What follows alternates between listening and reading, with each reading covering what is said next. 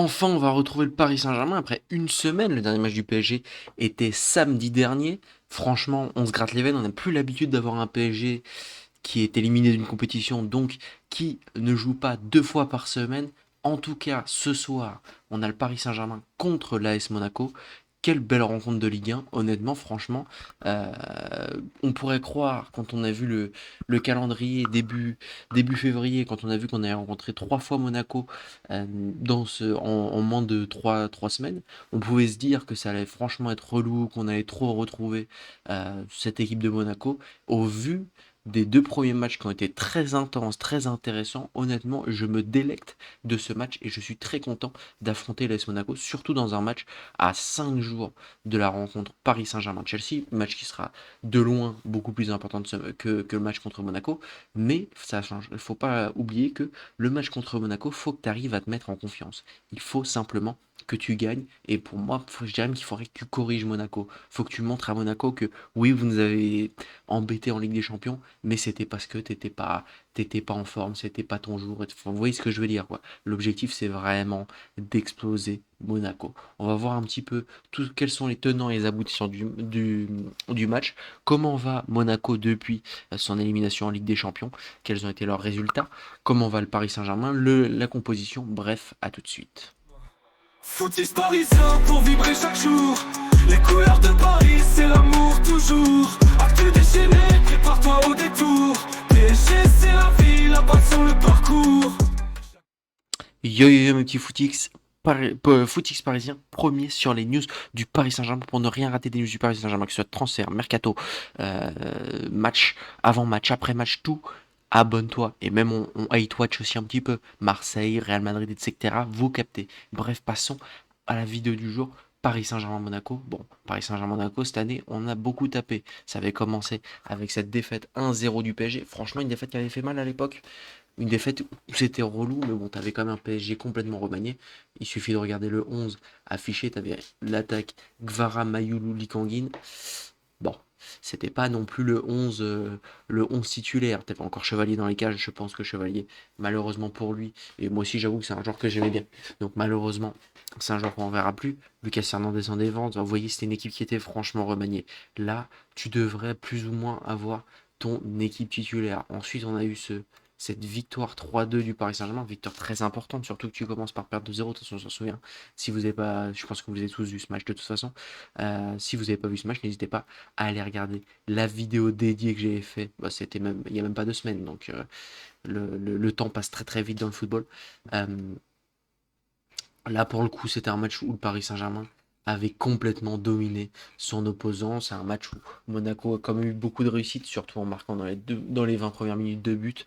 Et après, bon, après, en même temps, est-ce que c'était très choquant d'avoir un Paris Saint-Germain qui est ultra dominateur contre une équipe de l'AS Monaco à 10 contre 11? C'est pas choquant. Franchement, c'est pas choquant. Euh, tu te dois de... Mais tu te dois quand même de faire mieux. Franchement, ce match-là, on avait été un peu déçus. Et le match qui était le plus alarmant, je dirais que c'est le match retour contre Monaco au Parc des Princes. Faut pas oublier que ce match-là, c'est au Parc des Princes. Au Parc des Princes, tu te fais bouger. Voilà, il suffit de regarder excusez-moi, il suffit de regarder les momentum du match pour se rendre compte qu'en première mi-temps, tu te fais bouger et tu arrives à la fin de la première mi-temps où il y a seulement 1-0 pour Monaco. Bon, je dirais pas que Monaco non plus méritait euh, Est-ce qu'il marque Non, il marque juste avant la mi-temps. Ouais.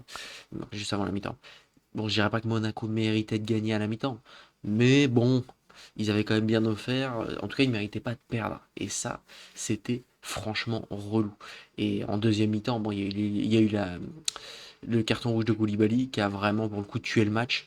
Et là, bon, Monaco, même s'ils se sont créés des occasions, notamment, on se rappelle l'occasion à le but à la 90e minute et le coup franc, bon, ils ont quand même pas grand-chose. Et pareil, ils ont quand même été bien payés avec 2 buts.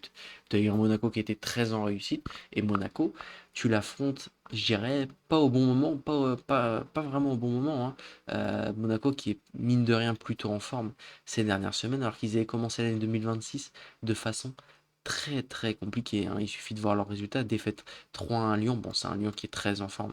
On le sait très bien. Mais ensuite, Victor Orléans, défaite à Lorient, défaite, enfin même explosion face au Real Madrid, égalité contre le Havre, c'est très fond du classement. T'as égalité à Juventus, bon, tu gagnes 4-0 contre le Rennes, mais bon, c'est le Rennes qui était très en crise. Ensuite, tu perds contre Strasbourg, donc dès que le niveau de jeu augmente, vraiment ça suit pas. Égalité contre Nice, victoire contre Nantes dernier de Ligue 1. Et ensuite, je dirais que c'est depuis, en fait, depuis ce match contre le Paris Saint-Germain en Ligue des Champions, ça les a remotivés. Ensuite, ils battent Lens entre deux matchs de Ligue des Champions. Il faut savoir quand même qu'ils devaient être fatigués après un très très gros match contre le PSG à l'aller. Ils réussissent à battre Lens dans un match qui retourne en plus, ils se mettent en confiance. Et ensuite, bon, égalité contre le PSG, mais honnêtement, pareil, ils n'ont pas démérité. Et après, victoire plutôt facile contre Angers. Je dirais qu'à tout ça, quand même, il y a quand même une plutôt bonne nouvelle. C'est dans notre 8 watch contre Marseille. C'est-à-dire qu'ils sont plus qu'à 6 points de Marseille. T'es à deux doigts d'espérer, vas-y, en vrai, s'ils prennent 3 points contre le PSG, pour nous c'est relou. Mais en vrai, Marseille, ça a commencé à être compliqué surtout. Ils ont fait égalité, bon, égalité perdue au pénalty contre Toulouse. Ils re-rencontrent Toulouse. Mentalement, ça va pas être facile, Marseille, ce week-end. Donc voilà. Et puis derrière, t'as Lille, Rennes qui tâtent derrière Marseille. Bref, ça va pas être compliqué, surtout que le PSG a maintenant une cartouche, 4 points d'avance. Donc tu peux te faire plaisir. Luis Enrique en conférence de presse qui nous a donc dit que c'était la meilleure partie de la saison commence. Là, je vais dire, et je l'aime beaucoup, hein, Luis Enrique, je l'aime beaucoup. Il nous a offert notre première Ligue des Champions. C'est un top entraîneur, c'est un des meilleurs entraîneurs du monde. Mais là, t'es un peu démago. Parce qu'en fait, c'est la combienième fois de la saison que tu nous dis que la saison commence enfin. En fait, là, on commence à être un peu superstitieux, les supporters du PSG. On commence à être un peu superstitieux parce que là, on commence un petit peu trop à se dire ouais, c'est enfin le moment, etc., etc. Bon, oui et non. Je vais être honnête avec vous, oui et non. Parce que là, meilleure partie de saison commence. Bon, on aurait aimé que ça commence avant. Pour être tout à fait honnête, on aurait aimé que ça commence avant. Ça commence à durer le Paris Saint-Germain qui est pas énormément en forme. Au niveau du 11, donc déjà il y a trois retours du Paris Saint-Germain au Paris Saint-Germain. Déjà avec le retour d'Ousmane Dembélé, je pense qu'Ousmane Dembélé va pas commencer titulaire, mais je le vois bien gratter 20-25 minutes de jeu. J'espère qu'à ce moment-là on gagnera et qu'il n'y aura pas trop de pression sur Ousmane Dembélé et qu'il va pouvoir reprendre un petit peu du jeu. Pareil, il y a retour de Joao Neves à l'entraînement. Lui, je pense qu'il jouera pas contre Chelsea. Il jouera pas demain, ça c'est sûr. Contre Chelsea, ça me semble un peu juste. Après, je pense qu'au niveau du milieu de terrain, je trouve on a un bon milieu de terrain. Je trouve que c'est pas Joao Neves qui nous manque forcément.